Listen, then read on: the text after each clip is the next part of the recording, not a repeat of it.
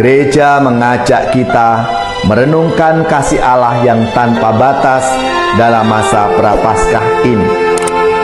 Mari kita menata hidup kita dengan memandang kepada Yesus sebagai batu penjuru. Saudari-saudaraku yang terkasih, berjumpa kembali bersama saya Inspirasiku di Antara. Renungan Harian Jumat 6 Maret, Pekan Prapaskah yang kedua. Semoga kita bersama keluarga, komunitas kita, selalu dalam keadaan sehat, baik, dan tetap bersemangat. Marilah kita mengawali renungan kita dengan tanda kemenangan Kristus. Dalam nama Bapa dan Putra dan Roh Kudus. Amin. Allah Bapa yang Maha Kuasa, bantulah kami dengan rahmat-Mu, agar melalui pertobatan di masa Prapaskah ini, kami semakin disucikan. Semoga kami Kau perbarui dengan Roh-Mu untuk menyongsong pesta Paskah. Dengan pengantaraan Yesus Kristus Putra-Mu Tuhan kami, yang bersama Dikau dalam persatuan Roh Kudus, hidup dan berkuasa Allah sepanjang segala masa. Amin. Dalam nama Bapa dan Putra dan Roh Kudus. Amin. Inspirasi kita hari ini dari Injil Suci menurut Matius, bab 21, ayat 33-43, dilanjutkan ayat 45-46. Marilah kita baca bersama-sama dan kita renungkan. Sekali peristiwa, Yesus berkata kepada imam-imam kepala serta tua-tua bangsa Yahudi, "Dengarkanlah perumpamaan ini. Seorang tuan tanah membuka kebun anggur dan menanam pagar sekelilingnya. Ia menggali lubang tempat memeras anggur dan mendirikan menara jaga di dalam kebun itu. Kemudian ia menyewakan kebun itu kepada penggarap-penggarap, lalu berangkat ke negeri lain. Ketika hampir tiba musim petik, ia menyuruh hamba-hambanya kepada penggarap-penggarap itu untuk menerima hasil yang menjadi bagiannya.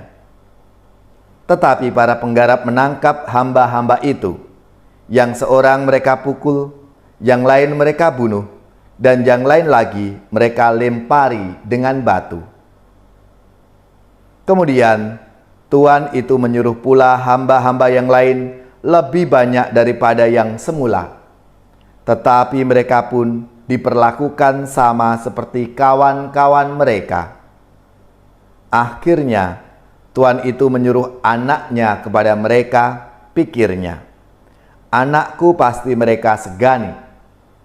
Tetapi ketika penggarap melihat anak itu, mereka berkata seorang kepada yang lain, ia adalah ahli waris. Mari kita bunuh dia, supaya warisannya menjadi milik kita. Maka mereka menangkap dia dan melemparkannya keluar kebun anggur itu, lalu membunuhnya.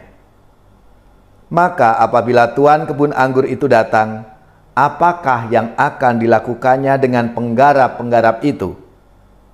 Kata imam-imam kepala dan tua-tua itu kepada Yesus, ia akan membinasakan orang-orang jahat itu, dan kebun anggurnya akan disewakannya kepada penggarap-penggarap lain yang akan menyerahkan hasil kepadanya pada waktunya. Kata Yesus kepada mereka, belum pernahkah kamu baca dalam kitab suci, batu yang dibuang oleh tukang-tukang bangunan telah menjadi batu penjuru? Hal itu terjadi dari pihak Tuhan, suatu perbuatan ajaib di mata kita.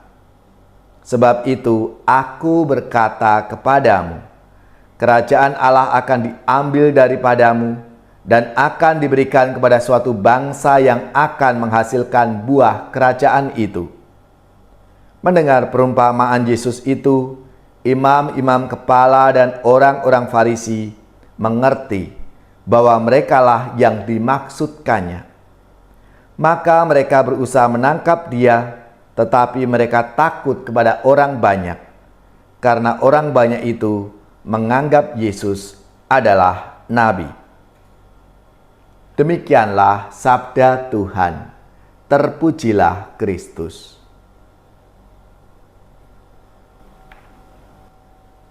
Saudari-saudaraku yang terkasih, dalam sabda Tuhan hari ini, Yesus menyampaikan ajaran kerajaan Allah dengan perumpamaan kebun anggur, yaitu antara pemilik kebun anggur dan penggarap-penggarapnya.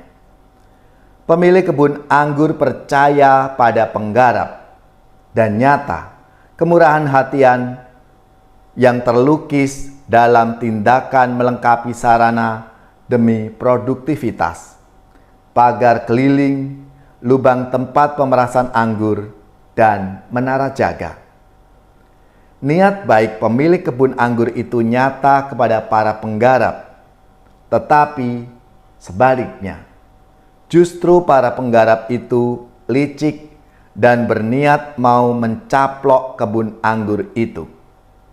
Setiap kali tuan kebun menyuruh utusannya meminta hasil, para penggarap itu menganiaya dan membunuh utusan itu. Bahkan ahli waris pun mereka bunuh. Saudari-saudaraku yang terkasih, Allah menyerahkan kepercayaan kepada kita umat manusia agar hidup bahagia. Tuhan mengendaki kebahagiaan itu dan keselamatan bagi setiap orang. Tetapi kita umat manusia ini lebih mau mencari selera sesaat, kerakusan, dan ketamakan yang membuat kita umat manusia ini mau merampas yang bukan menjadi milik kita, bertindak curang demi kepentingan diri kita sendiri. Saudari-saudaraku yang terkasih, gereja mengajak kita merenungkan kasih Allah yang tanpa batas dalam masa Prapaskah ini. Mari kita menata hidup kita dengan memandang kepada Yesus sebagai batu penjuru. Kita merenungkan jalan salib Tuhan Yesus, tanda kasih Tuhan yang maha besar itu, agar dengan demikian kita menerima dan membatinkan pengorbanan Tuhan kita Yesus Kristus. Lewat perumpamaan ini, kita semua diajak untuk kembali melihat diri kita masing-masing. Allah telah menganugerahkan kesanggupan untuk menghasilkan buah dari kebun anggur hidup kita. Buah-buah yang mengagumkan, semuanya akan benar-benar terwujud manakala kita menerima hidup ini dengan penuh syukur, dengan tanggung jawab dan rendah hati. Mari kita merenungkan penebusan umat Tuhan, resapkanlah dalam hati cinta kasih ilahi. Yesus Kristus Raja Sakti, pengemban amanat suci, penyembuh segala luka, penegak hukum cinta, diutus sebagai abdi. Yesus taat sampai mati, diperolok dan disiksa, dibunuh dengan indah. Lihatlah Raja sengsara, duri jadikan mahkota, darahnya mutu permata, dan saliblah tatanya. Hati Yesus yang terluka, kurban cinta tak terhingga, jadikan